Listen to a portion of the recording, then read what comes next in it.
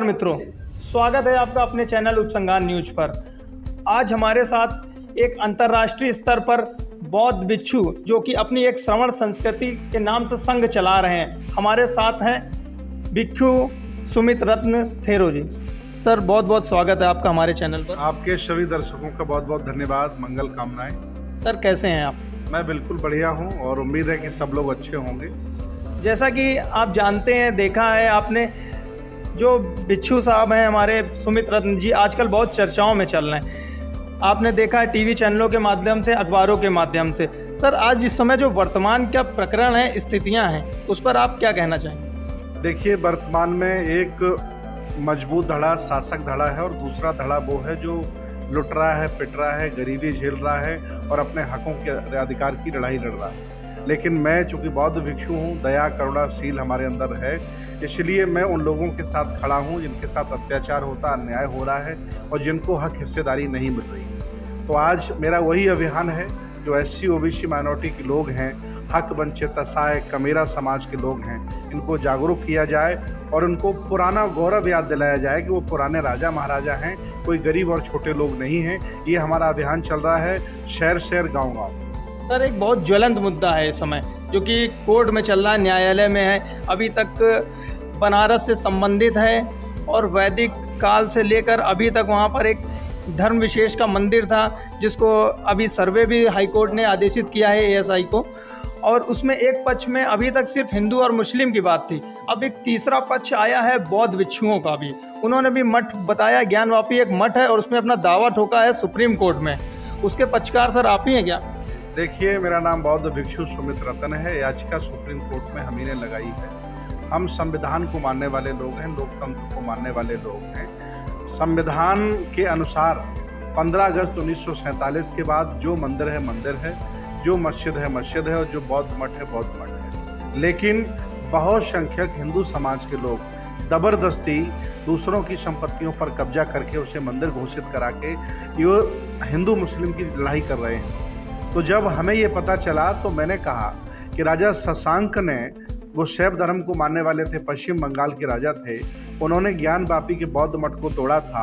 ह्वेनसांग फायान अपनी डायरी में लिखते हैं और तमाम बड़े बड़े ग्रंथों में, पंडित केदारनाथ पांडे, राहुल संस्कृत्यान जैसे लोगों के ग्रंथों में चर्चित है, लिखा है कि ज्ञानवापी पहले बौद्ध मठ था और 4000 बौद्ध भिक्षु रहते थे।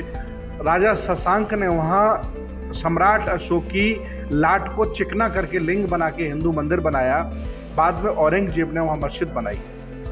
तो सुप्रीम कोर्ट से मेरा ये कहना है कि जिनके पास कोई एविडेंस नहीं, कोई इतिहास नहीं है, वो मंदिर मस्जिद चिल्ला रहे हैं और हमारे पास तो ज़मीन हमारी है, मठ हमारा है। तो हमने भी सुप्रीम कोर्ट में याचिका लगाई है और हमने कहा है कि आस्था के आधार पर नहीं, एविडेंस के आधार पर निर्णय दीजिए। ज्ञानवापी भी बौद्ध मठ होगा, मैं दावे के साथ कह रहा हूँ।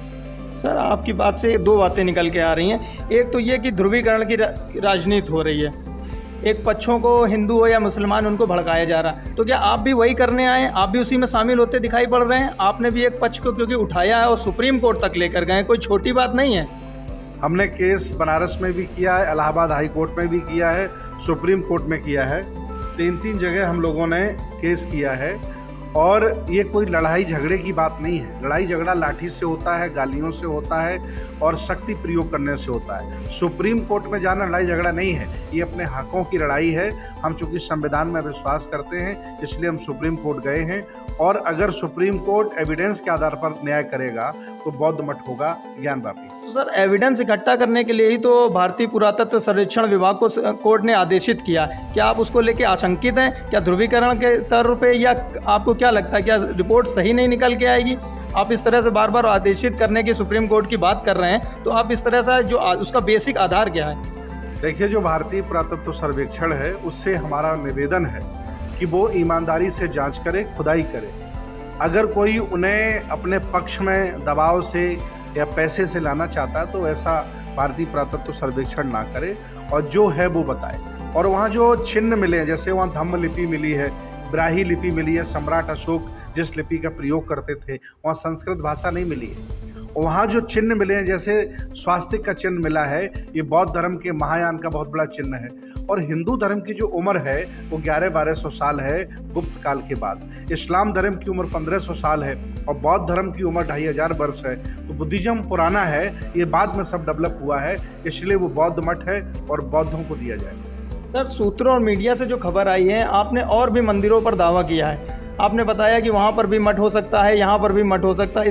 तो सर, ये अब ये 2023 ही में ही क्यों निकल के आया? अभी 2024 के लोकसभा चुनाव पास में लगे, इसके पहले तक आप काफ़ी समय से संघ चला रहे हैं, लेकिन अभी तक ये स्थितियाँ क्यों नहीं निकल के बाहर आई?